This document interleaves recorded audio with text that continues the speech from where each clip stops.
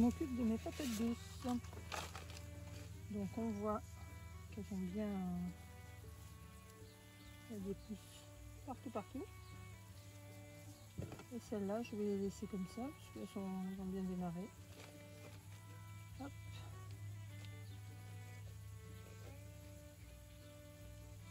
Voilà, belle petite racine.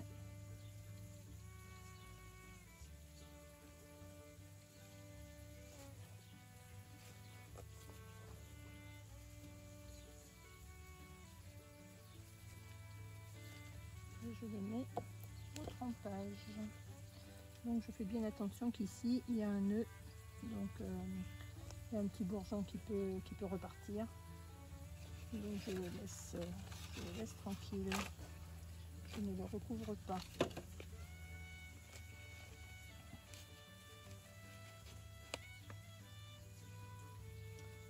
Voilà, je vais faire ça pour tous mes petits plants. Et après je vous fais une petite visite du jardin pour vous montrer mes semis. Je crois que j'en ai fait trop.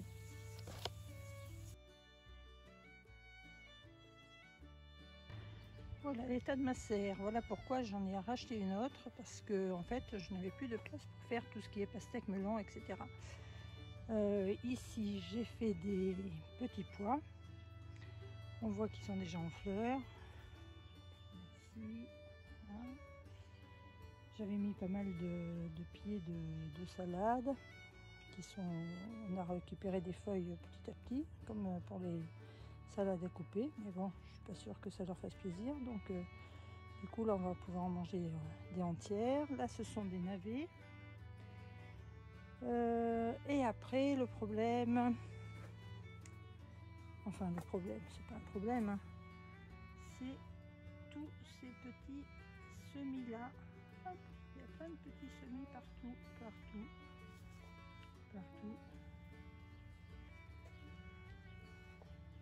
Voilà, tout ça, ce sont des semis naturels. Je précise, c'est-à-dire que c'est des tomates, c'était tellement fouillis ici sous la serre l'année dernière que en fait il y a des tomates qui sont tombées et qui ont fait des nouveaux petits plants. Donc il y en a vraiment partout. Donc ici ce sont des tomates cerises, ça je m'en rappelle parfaitement. Mais par contre ici je ne me rappelle plus trop ce qu'il y avait. Je pense que c'était des tomates indigo grappes, c'est-à-dire que c'est pas des toutes petites, c'est des tomates cocktail qui étaient délicieuses. Donc si vous habitez à côté de Périgueux, eh ben, n'hésitez pas à m'envoyer un petit message privé et enfin un petit message sur YouTube et on pourra se rencontrer pour que je vous en donne. Après ici j'ai fait des expériences, voilà.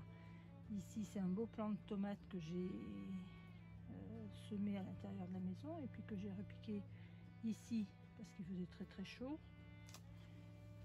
Je ne me rappelle plus quelle est la variété d'ailleurs, il n'y a pas d'étiquette, bon c'est pas grave. Ici j'ai mis un petit poivron aussi. Donc c'est un poivron Asti rouge.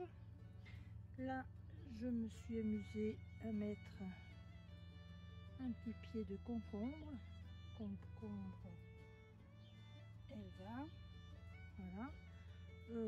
Je pensais qu'il allait avoir froid sur la serre, mais en fait il se porte plutôt pas mal, il refait plein de petites pousses. Et je me suis amusée aussi à planter quelques petits plants de pastèque que j'avais bien sûr fait pousser à l'intérieur de la maison. Et puis la nuit je les recouvre avec une bouteille plastique et un voile d'hivernage, et je fais pareil pour le concombre et le concombre je ne le mets pas sous une bouteille plastique, il est trop grand maintenant, mais sous ça, voilà, sous ce truc là, cette mini serre, et je mets le petit pot à côté pour pas l'écraser. Donc voilà, je pose ma mini serre sur la terre d'un côté et sur le pot de l'autre côté. Donc voilà, Là, ils annoncent -2 la nuit prochaine. Donc j'espère que tout ça va résister. Mais à côté de tout ça, eh ben, j'ai fait trop de semis. Donc là, j'ai mis des concombres, des cornichons. Et ça pousse bien. Donc je vais pouvoir les rempoter individuellement. Ici, j'ai mis beaucoup d'artichauts parce que l'année dernière, je les avais complètement ratés. Je les avais pas assez arrosés. Comme il a fait très chaud, ils ont pas résisté à l'été. Ça, c'est des petits pieds de tomates aussi dans les premières que j'ai mis à l'intérieur de la maison. Là-bas, ce sont des choux-fleurs, snowball. Là, c'est des patates douces qu'on a repiquées tout à l'heure. Voilà. Et puis après, ben voilà, ici, il y en a partout. Donc, heureusement, j'ai beaucoup d'amis et de famille. Donc, ils vont profiter de tout ça. Ici, par exemple, dans les premiers semis que j'avais fait à l'intérieur de la maison, il y avait la tomate Grégory Altaï et la Stupis, bien sûr. Donc ça fait partie des premières plantées à l'intérieur de la maison que j'ai rempotées déjà une fois. Et donc là, ça va être bon pour je vais les mettre peut-être dans 3 semaines en pleine terre avec un petit voile, une petite couverture. Et celle-ci, c'est aussi des plants que j'ai mis assez tôt en saison. Je crois que je les ai fait les semis fin février, mi-février même peut-être. Donc on voit qu'ils sont bien beaux, ils sont parfaits. Après on voit qu'il y a toutes les tailles de plants, puisque j'en ai refait après. Donc les poivrons c'est pareil. Après tout ça, j'ai mis beaucoup de betteraves. Je sais pas trop où je vais les mettre encore. Donc là c'est des petits poivrons. Et là par contre ils n'ont pas trop aimé quand je les ai mis dehors, parce que les nuits sont encore fraîches. Donc ici c'est pareil, c'est poivrons, beaucoup de poivrons. En fait, on adore les poivrons et à différents stades. Voilà. Et puis là, une petite aubergine bambino. Après, ici, encore des poivrons. Ici, des choux romanesco, des betteraves. Ici, ah oui, les aubergines que j'ai mis en premier. Elles seront déjà belles. Aubergines blanches à œuf et antigua et listada. Celle-là, elle va être super parce que l'année dernière je les ai ratées, mes aubergines, donc cette année j'espère en avoir un petit peu plus. Donc ça, après c'est tout un tas de tomates, voilà, rose de Berne, ça c'est la Nawin qui est décalée par rapport à l'autre qui est beaucoup plus grande.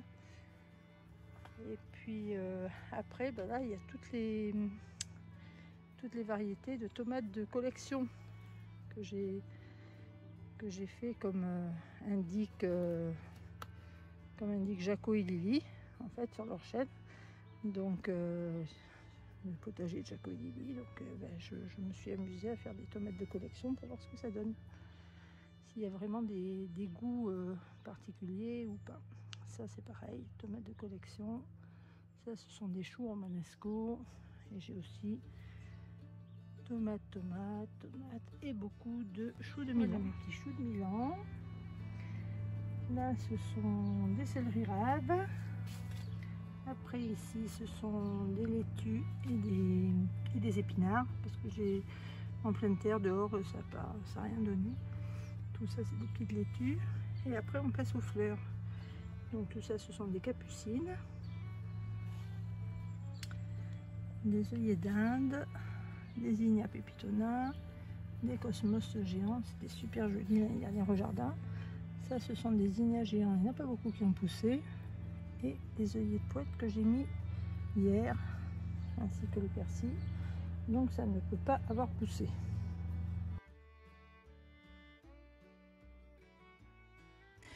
Je teste pour vous le repiquage des navets. Donc là, j'en avais mis beaucoup trop épais.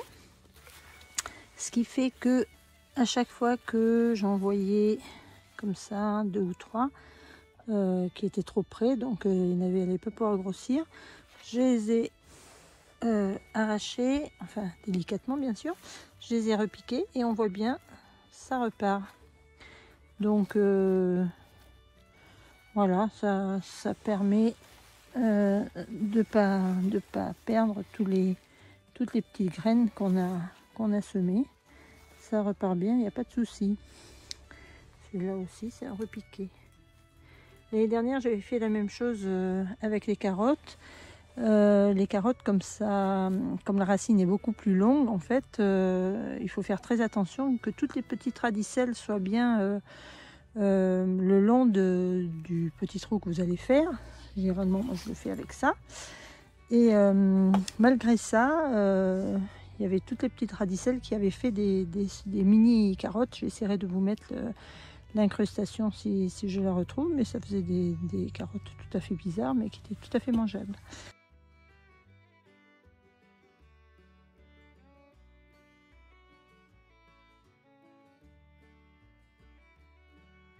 Aujourd'hui, je vous montre comment je fais des violettes confites. Donc, dans un premier temps, je ramasse un petit bouquet. Voilà, déjà, j'ai commencé.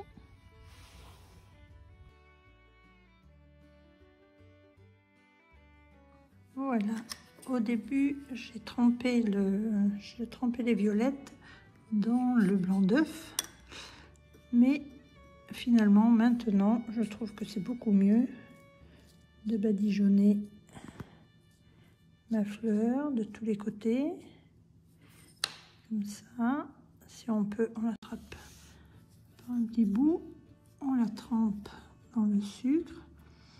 Et en fait, ça, il y a beaucoup moins de sucre qui reste dessus. Et la fleur est beaucoup plus jolie après. Vous voyez, elle